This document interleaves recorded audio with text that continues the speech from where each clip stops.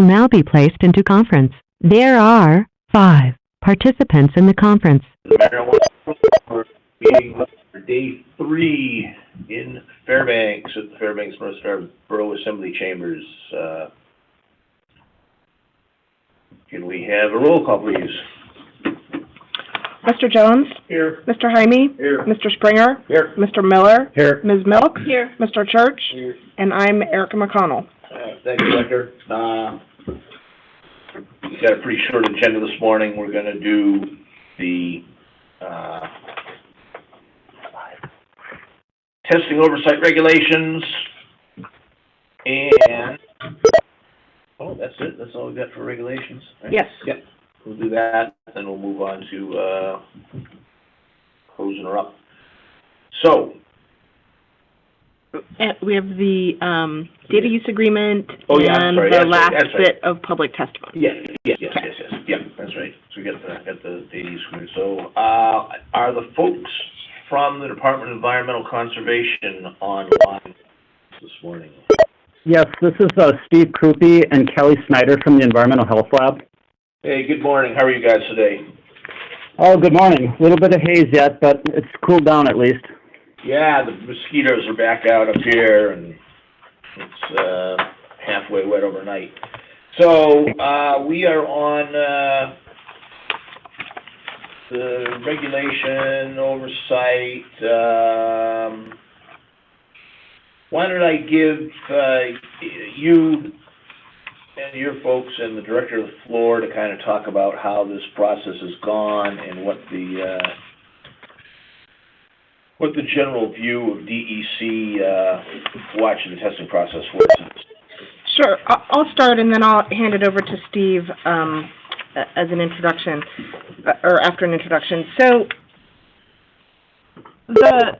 the regulations call for the board to have a contractor to help evaluate testing facilities. And in the beginning, for the last couple of years, this has been a contract with a company called A2LA. And the way that has been working is that the board approves, with delegation, an application to a license, and then A2LA comes out and does an evaluation of that facility and determines whether or not they meet good laboratory practices, and if so, they get a license. And that's sort of the end of A2LA's involvement, although we have had them come up and do some audits.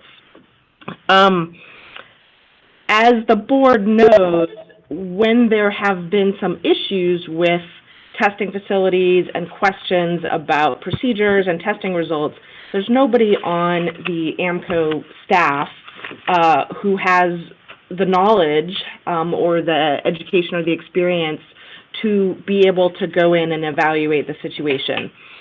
And so so the board had adopted last summer a legislative request to shift the oversight of testing labs to the Department of Environmental Conservation. This is common in a lot of other states. The actual testing oversight lives with the Public Health Authority in those states rather than with the licensing body. In our situation, I mean, we have a public health lab in DHS, but we have this environmental health lab in DEC. And while we also talk with Dave Verbrugge, who's at the public health lab, and he's on the testing working group, it's generally been accepted that because the environmental health lab at DEC does lab oversight for other types of labs within the state, for example, water quality labs, that they would be more appropriate to be the oversight of the marijuana testing facilities. So there was this desire to do a statutory change that would shift oversight of testing labs from, and just we're talking about the testing portion, not licensing, from AMCO in the Department of Commerce over to the Department of Environmental Conservation.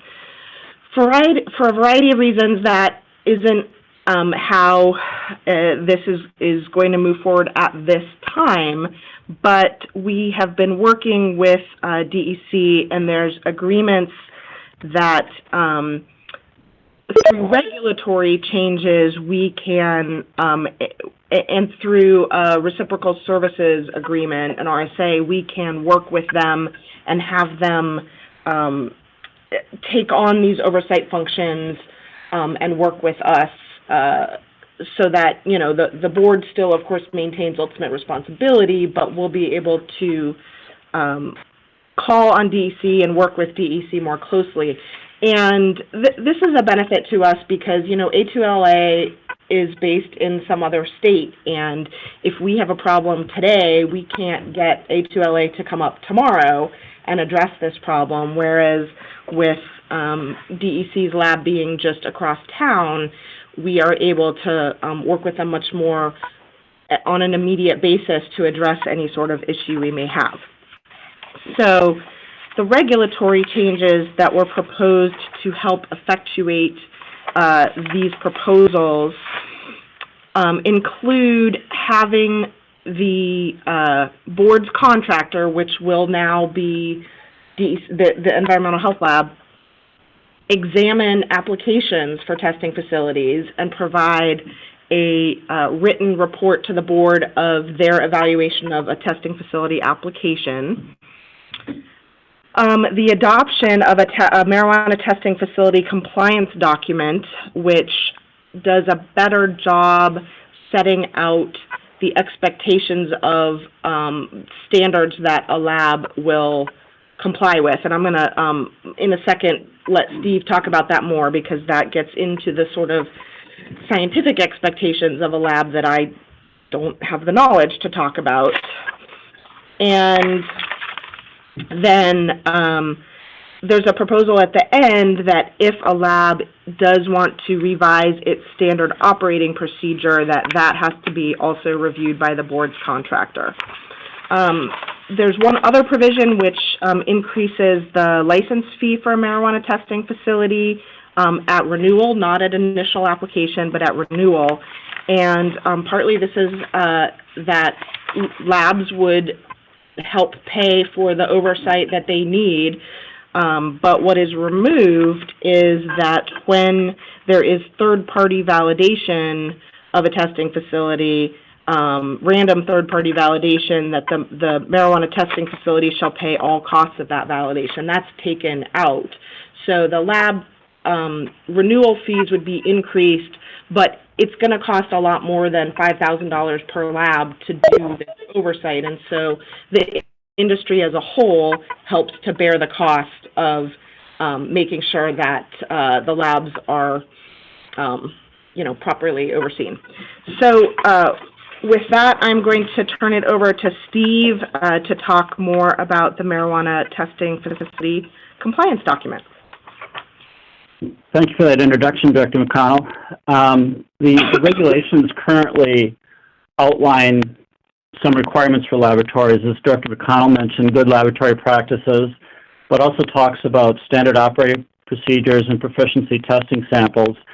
The challenge that exists is that there's no definition as to what good laboratory practices mean or what's required in the SOPs. Imagine, if you will, maybe back in college days when you moved in with roommates and you said, okay, we're going to keep a clean and organized kitchen. Well, what does that mean? Everybody's going to have their own definition of what a clean and organized kitchen is. So the intent of the compliance document was to give definition to the term good laboratory practices, to state requirements of what the expectation is in standard operating procedures. And by doing that, you're setting a very specific expectation that is going to give you some assurance of good quality data, but also consistency between laboratories. About a year and a half ago, we were starting to see, or I shouldn't say we, but there was an observation of a trend starting where one lab was generating consistently higher results for one matrix, and the other lab was doing was consistently higher with a different matrix. When we looked at it, when we looked at the lab specifically, we saw quite a lot of variability in their SOPs and to the extent that the SOPs were followed. Now, as Director McConnell mentioned, A2LA did come up to do an audit but largely they were looking at quality systems versus the technical aspects of what was going on in the laboratory. So by putting out this compliance document and telling the labs that this is what your expectation is, we have something very specific and consistent that we can audit each lab against.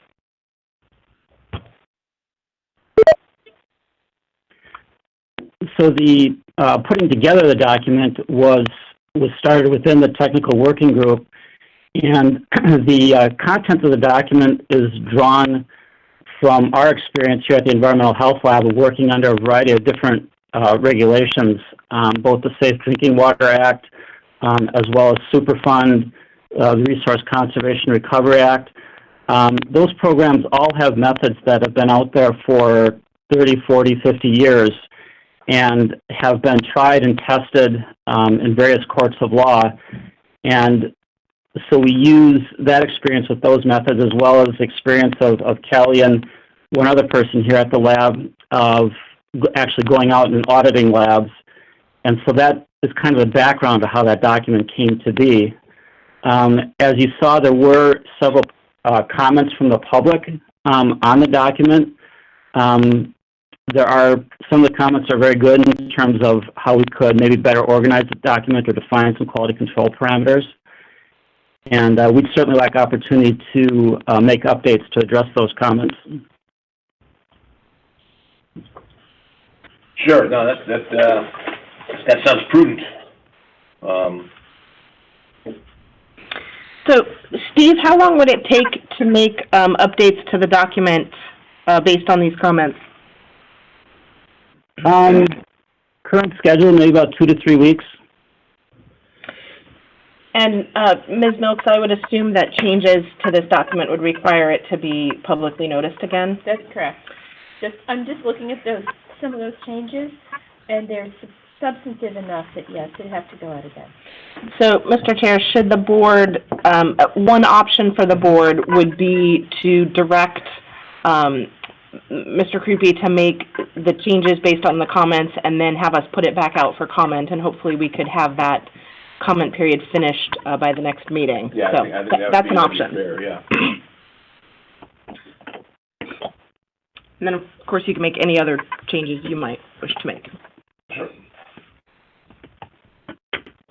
Okay. With that, do we have a motion on the regulations testing oversight project? Mr. Chair, I have a question for Sure, the motion. And maybe this is more for the attorney, but in regulations that I've dealt with over 30 years in government, when we have adopted by reference a manual, a federal set of regulations, federal law, I think in the condition of adopting by reference joint Commission on Hospital Standards, Commission on Accreditation Standards. When a state adopts those by reference, gives a date and says if theirs are updated, we follow along. When those parent organizations make changes, they don't go back out for regulation changes. And if this is a compliance document that is developed by the Department of Environmental Conservation, and we adopt it, I'm trying to understand why it would be our responsibility in the regulation process to put that manual out for public comment to approve it, if in fact via an RSA is a contract with another organization, and then we adopt by reference that organization's material. So maybe the attorney can explain the difference in this particular case that would require us to put those changes out for public comment as if they were a regulation of ours. We are simply adopting a business manual or a lab operation manual that it could be updated by that current organization at any time. So maybe she can explain the difference to me in this case. Well, those are all good points. And in this particular case, the regulation would require licensees to follow the procedures that are set out in the document. So as long as the regulation requires that, licensees and prospective licensees need to know what that document is before they get into it. So for that reason, the state, and I don't know whether your municipal experience is different, but when the state adopts a document or a set of regulations by reference, it is the version of the whatever that document is that exists at the time the agency's regulations adopted by reference that counts. So that's why we want to be sure that this document that is proposed to be adopted by reference is as complete as it can be, because in fact when the document changes, when there's a new edition, then the regulations have to be updated. So in many other programs, Mr. Jones, our office reviews regulations. This happens frequently in the healthcare programs, medicine, nursing, psychology. They very often rely on documents that set out codes of ethics, for example. And when those things change substantively and there's a new edition of it, then that has to be a regulation change. Because again, the public, licensees and prospective licensees, need to know what's required of them. Can't we, Mr. Jones, can't we just, instead of saying dated 2019, say comply with the marijuana testing facility compliance document, which is authored by DEC, correct? Authored by paren, latest version, paren. Because you know, Lauren's right. There are standards and practices that state agencies comply with. One that comes to mind would be perhaps JCO and API, right? It's the only state hospital we got, but it's a hospital. They have compliance regulations they follow. Does DHHS, every time JCO comes out and says, these are the 2020 patient safety goals, these are the 21 safety goals, do they have to publish that the JCO goals change and will be applicable to operations at API so they can maintain their accreditation? I think that's what he was saying. Well, that specific kind of language isn't required. And this is an issue that I've discussed with the regulations, the other regulations attorneys in the Department of Law, because as everybody knows, all these references are online right now. And so as a practical matter, practitioners know that. They're interested in adhering to best practices. And so it's best practice for them. It's in their interest, and they all know this, to be up to date with the regulations. But nonetheless, it's my understanding that the Administrative Procedure Act requires that if you're going to adopt a document by reference, and certainly our drafting manual requires this, you have to specify which version it is. And if there's a different version 1 year to the next, then that ends up being a very simple regulation to change. You know, sometimes the practice of life doesn't exactly get reflected immediately in changes to regulations, but that's the way it goes. Okay, So we would just be changing the Well, date. I mean, but what, in the specific case that I was most familiar with is we had adopted regulations in the Division of Alcohol and Drug Abuse that adopted the 1974 JCO standard, Joint Commission on Accreditation of Hospitals. And we use those standards internally, and in the 1990s, JCO was way ahead in many other fields, but they hadn't really changed their alcohol standards. They changed hospital standards. They went through a process in about 4 years of making significant changes every year. And because we had adopted them, saying specifically in our regulations 1975 standards, they agreed that if an organization requested certification of their standards, they would use the 1975, And they did that for a couple of years, and they finally said that those were so out of date, their peer reviewers were refusing to do that.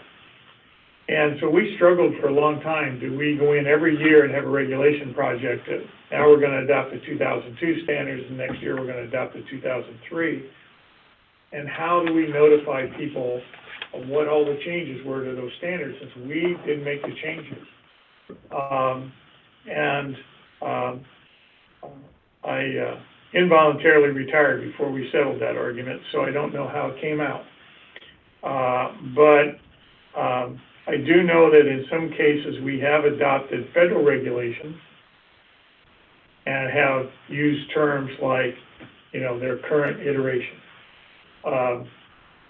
So I don't have any objections to holding off on this, to allowing the manual to be updated.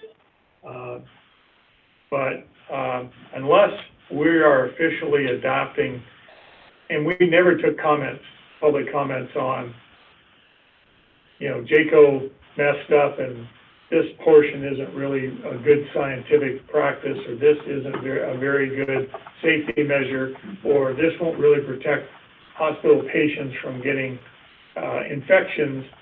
We just said, do you have any objections to updating our regulation from saying 1975 to 2002?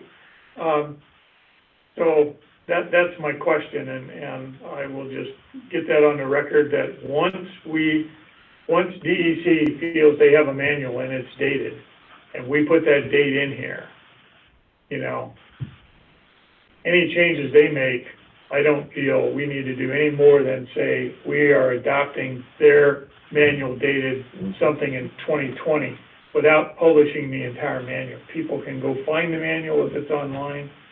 I know JACO puts their stuff out online. Some accreditation organizations keep some of that back because they feel it's confidential information. So I just want that on the record that I think putting DEC's scientific manual out for review when it's really not, in my mind, a substantive part of our regulations, but the attorneys are definitely going to disagree with me on some of that. But so it's fine. I just want to make sure that that consideration was on the record, that once we have something that we put a date in there, we have to be able to update that if DEC lab practices change, or equipment practices change, or lab standards change, or there's some federal rule that now says you have to do it this way as opposed to that way, that if they make those changes, we don't necessarily have to go back out and make a rate change. Mr. Chair, may I just wrap my comments up just a little bit? I think to some extent, the board might be creating a problem that doesn't yet exist, because you don't have a manual that's ready to, from what I understand from Mr. Krupe, he wants some more time to make some changes, to take into consideration the comments. So we're not at that point yet. But in fact, if the board adopts by reference the document, it will be in the regulation as this, whatever the document is, the date of publication, it'll be available to licensees. And if it changes and there's a new version, then the regulation will have to reflect that. Now, the way other programs deal with this is on their website. They put out a notice to the licensees who are affected by it and to the public, and they say, hey, you know, technical standards are changing very fast. This is a rapidly developing industry, so please be advised that from time to time DEC updates its manual. You know, that's certainly a form of notice. It's not consistent with the drafting manual, and eventually the regulations will get caught up to it, but that's the way it works. Okay, so, Mr. Chair, yes, go ahead. I would move that we send the regulation package related to testing oversight back to staff and allow DEC to finalize their manual and bring it back at the next appropriate board meeting. Okay, is there a second? Second. All right, moved by Mr. Jones and seconded by Mr. Jaime. Yeah, I agree. I mean, let's make sure everything is out. This thing is, pardon me, 36 pages, almost as long as our regulations. longer. Yeah. Okay, is there any other, discussion on sending the testing oversight regulations back, pending revision of the manual by DEC? So you don't want us to put it out for comment after DEC has made those revisions? So we send it out well, That was not part of my motion. Yeah. I don't see any reason why staff couldn't do that. I said bring it back at the appropriate meeting. If drafting takes longer and then the public notice, and we don't get to it till November, that's fine too. I don't think it, if they're gonna take 3 weeks and you give 30 days notice, it'll barely make September anyway. So, I think that, if law says it has to go back out, then, I guess, we would have that opportunity in September to ask that it go back out if we think it's substantive changes. If it's an automatic, no matter what DEC does, if they make a change now, it's going to be considered substantial, then I would add to my motion that once DEC is finalized, that these regulations should be put back out for public comment before they come to the board. all right. And on the motion, all those in favor signify by saying aye. Aye. Opposed? All right, well, thank you, folks at DEC. Appreciate your time this morning, and we are looking forward to having a good relationship with you. We appreciate all the hard work you're doing for the board and for the industry and for the people of Alaska. Yeah, thank you, and thank you for the opportunity to speak today. You bet. Okay. All right, moving on to the DHHS agreement. Yes, Mr. Chair, Ms. Milks and the DHSS attorney did request some changes, none of which I think make significant changes to the agreement, but I did put a new version on your computers. There were some commas added and some we moved where OSMAP was first stated what it is, but the most significant changes are highlighted in yellow. We change that purpose to say we... Oh. It says will be available to inform. Okay, yeah. Yes, sorry, I didn't highlight that. Yeah, I think that's correct. It was will, or what did it say? Will inform, and I said change to will be available or something. That looks better.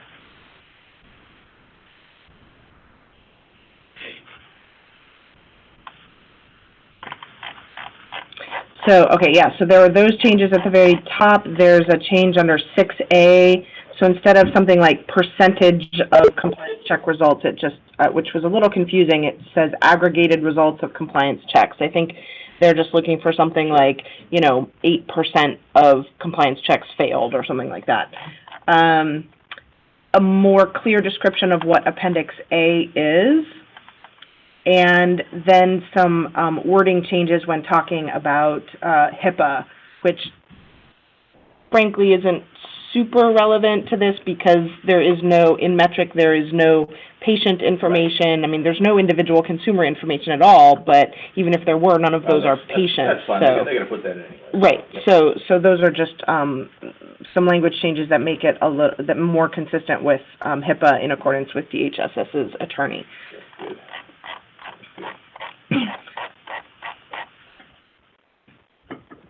And then the rest, I mean, the report, the agreement's only the first 3 pages, 2 pages, so. Correct. That's the draft report. Well, I'm looking forward to, certainly the, first couple of quizzes. Is it Joe that's the subject matter expert on metric? Joe Banke, or? Which of the guys is there? There's one of them. Bankowski's our sort of metric point person. Yeah, Bankowski, Yeah. yeah, he's pretty wizard as China, so. Look forward to him and, Jessica's first cup of coffee together. Because metric, I mean, I've talked about this. Metric represents an untapped resource for us.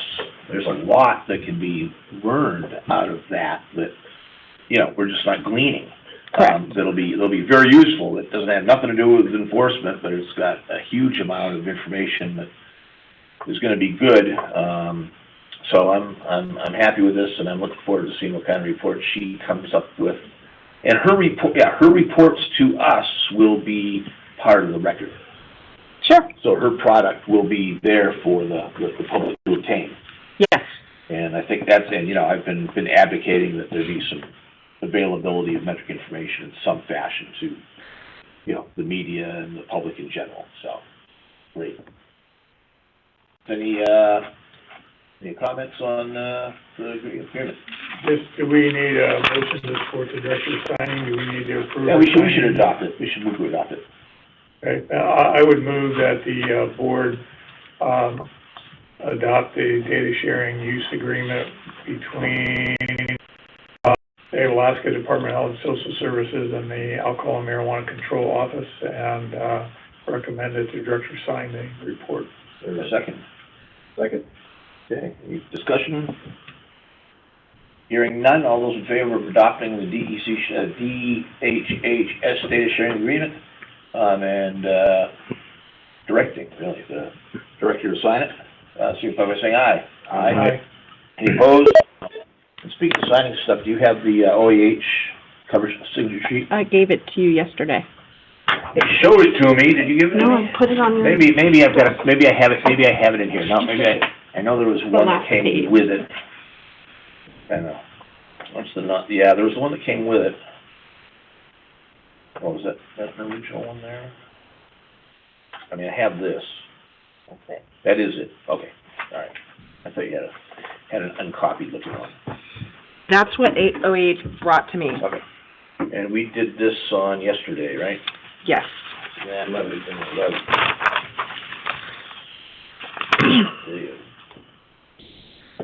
So, Mr. Chair, I think we are at public testimony. Yes, we have there's no marijuana mailbox in our... For some reason, nobody get any can mail, huh? No. Nobody can access the mailbox. Really? So,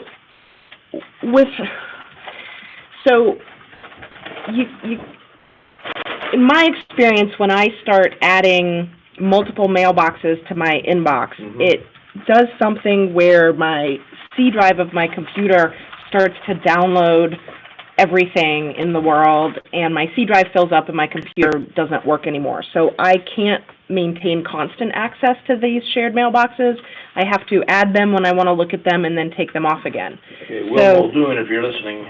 When I tried to add both the alcohol mailbox and the marijuana mailbox in order to get the documents, thank you for these meetings, I was unable to get access, and Michael was unable to get access, and so we have asked IT to fix this, but they have not yet done that. So I will, when we get access, I will send it to the board by email, and I will post it in the tab on the web, and maybe we'll make 2 mailbox sections next meeting so that you can see what was there. But so I apologize, but I don't know why this has happened. That's fine. It's shrunk down considerably. The marijuana mailbox is kind of the public drop box for us, and we get a lot of comments in there. And it used to be, there was one that was like 800 pages long, and now it's, it's like 6 or 8. And sometimes it's emails that go to, it's as simple as, please put me on the agenda, and so you put me on the sign-in sheet. So, okay, that explains that. Yes, we are now at our end of the meeting public testimony, which is a new thing. It basically gives members of the public here or on the phone and listening an opportunity to comment on how the meeting went in the last 3 days. And we don't really have any rules since we've gone through the agenda. You can talk about stuff that was on the agenda. So anybody in the room that would care to comment? Yes, sir. The actual agenda says public testimony is limited to issues not on this agenda. For the last one also? Sorry, Oh. Yes, it does. copied what was from the first one. Then we will go by that, so please don't testify on stuff on the agenda.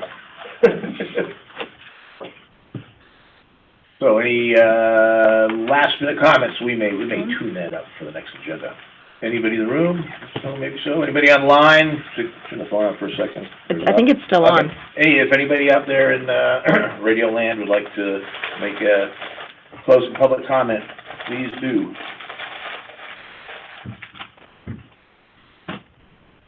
Not hearing anybody, we will go to board member comments.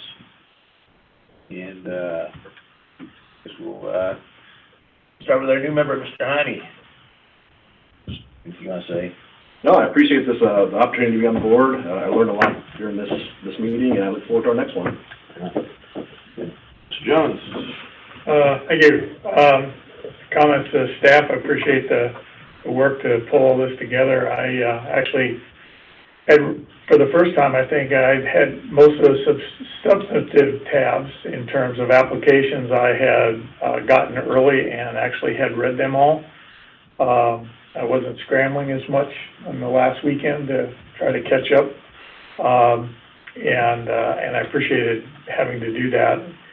I noticed that we're having fewer and fewer applications, so it looks like more of our future meetings will be, you know, changes to existing, and as that moves on, I do appreciate that. Appreciate the work that the staff is having to do.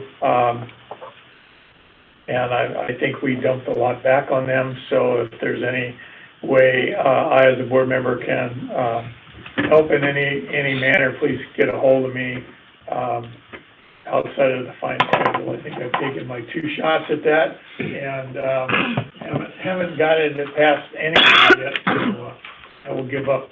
And I just appreciate the work that the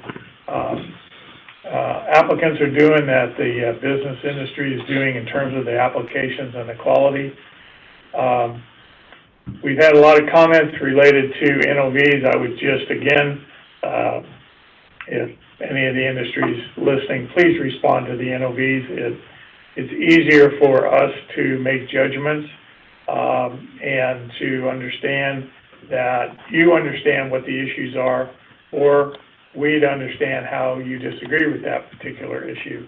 I would just reiterate that I think that's very, very important. And I look forward to getting some clarification on some of the things that we have sent back to staff. Other than that, can't say I've enjoyed Fairbanks' smoky weather, but I do like Fairbanks anyway. One of these days, we're going to stay in a hotel that is a reasonable distance between something. But I know that that's not in the way the state's organized these days. That's not necessarily under the control of the agency. When I last worked for the state, I could pretty much control where I stayed and where we stayed, but I don't think you can control that anymore with the way the state's operating. So anyway, other than that, I did appreciate the meeting. I thought we were going to be way behind, and I thought we were going to be way early, and then I thought we were going to be way behind, and we're way early. So I have a tendency to tell my wife I'm going off to the assembly meeting and I'll be home at X, and she goes, okay, you be home at, and she adds 2 hours to every one of my estimates. So she's generally brighter than I am. So I will, like Mr. Springer, I will not procrastinate the time of meetings, and he won't talk about the weather anymore. Okay. Anyway, thanks for a good meeting. Mr. Miller? I would like to thank staff. They do a lot of hard work, including, I include Erica in that as well. It's nice to get here, and as Mr. Jones said, you know, I got applications. I've been getting them for weeks, and not all on the last Friday before the meeting, so that helps tremendously. And maybe now we can start focusing a little more on the regulations, that we're not getting as many applications, because I feel like we were really pressing to get licensees through the process because it was taking so long. Feels like the office has really gotten it down to a time that's manageable for everybody. And so, again, thanks. I have no comment about the hotel except my feet hurt from walking. But other than that, it was a good meeting, and I'd like to welcome Mr. Arnold to finally get to see his face. Thanks, Mr. Miller. Yeah, I will start by once again thanking the staff, thanking Erica. I think that I think it's clear from the quality of the work that the staff is doing. I think that's indicative of the quality of her leadership. I mean, if it wasn't, stuff would not be getting out early. Stuff would not be getting reviewed as well as it seems to have been. Our job would be harder. And this was a remarkably easy meeting, given some of the things that we dealt with. So thank you, Erica. And of course, we also couldn't do it without our lawyer, Ms. Milks. Really appreciate it. And John, thanks for coming up and sitting in for the bride-to-be. A couple of things that stood out and stand out. We had some, we had a transfer on a limited cultivation. We got a chance to, to talk to a couple of them, and it sounds like, as I said, a number of meetings ago, that, small cultivators play a big role in the industry, and I'm happy to see that some of them, at least, are being quite successful. I think that's really important. I think that shows that economic opportunity exists for, mom and pop Alaskans to get into the industry, and we're seeing a lot of that. So I'm glad to see that some of these small cultivators are doing well. I know some of them are having a tough time, but again, hopefully we will see. If you're successful in the industry at any level as a business person, if you see a fellow licensee who is, struggling, give them a hand, give them some advice, say what's going on, you don't have to show me the books, but, I've been doing this for a while, this is what's worked for me, what could work for you, because it's really, the legal industry, the Alaskan legal industry should be as collegial as it was before it was legal. And I think it was fairly collegial. That's one of the reasons why, it was never particularly troublesome at many levels. So keep that in mind. Help each other out. The other thing that it just dawned on me, and I think the industry can point to this, and we should point to this with a degree of pride, is the enforcement report. Yeah, there's a lot of NOVs, but you know what? There's very few, none right now that I know of, criminal charges. People are maybe checking boxes with product in them on the airline when they shouldn't be, but the industry, I think, as is demonstrated by what we're seeing from the enforcement report, is acting very responsibly, and I applaud that.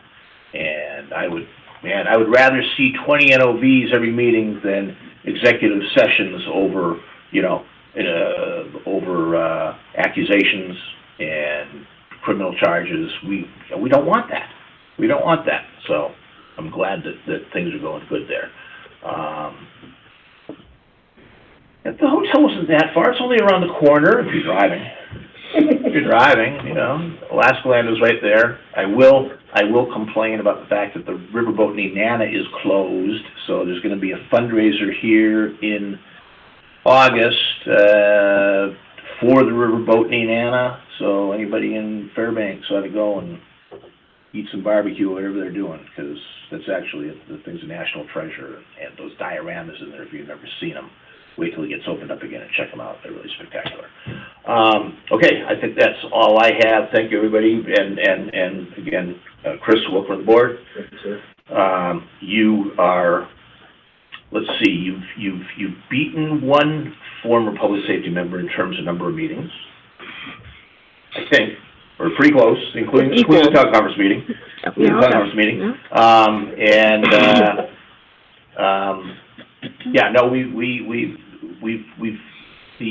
The board and the state and the industry has been served well by all the public safety members that have been on here. And, everybody's always got a fresh view of things, which is good. So, welcome aboard. Thank you, sir. And with that, what are the dates of the meetings in Nome? September 11th through 13th Okay, is the meeting in Nome, and applications must be deemed complete, and all other information for inclusion in the board's packets must be received by August 23rd. and the meeting, I was told this morning, is that gonna be at St. Joe's? I don't remember the name of the Somebody church. said, somebody the church. There's only one church in Nome that they would have them. It's Old St. Joe's, I believe, which is actually kind of a community center. I do not know. It's on the same street as the bed and breakfast will be at. It's still a mile away, but it's on the same street. Only 2 streets in Nome. Probably won't have snowed yet, so. We're not gonna talk about the weather. I will say, no matter what time of year, Nome is always very enjoyable. So, from that perspective, I'm looking forward to going to Nome.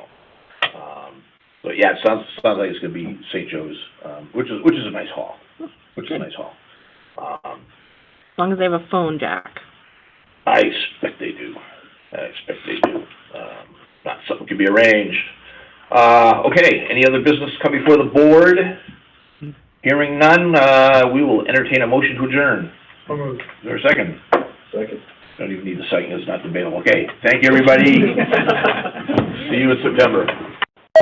The chairperson has disconnected. The conference will now end.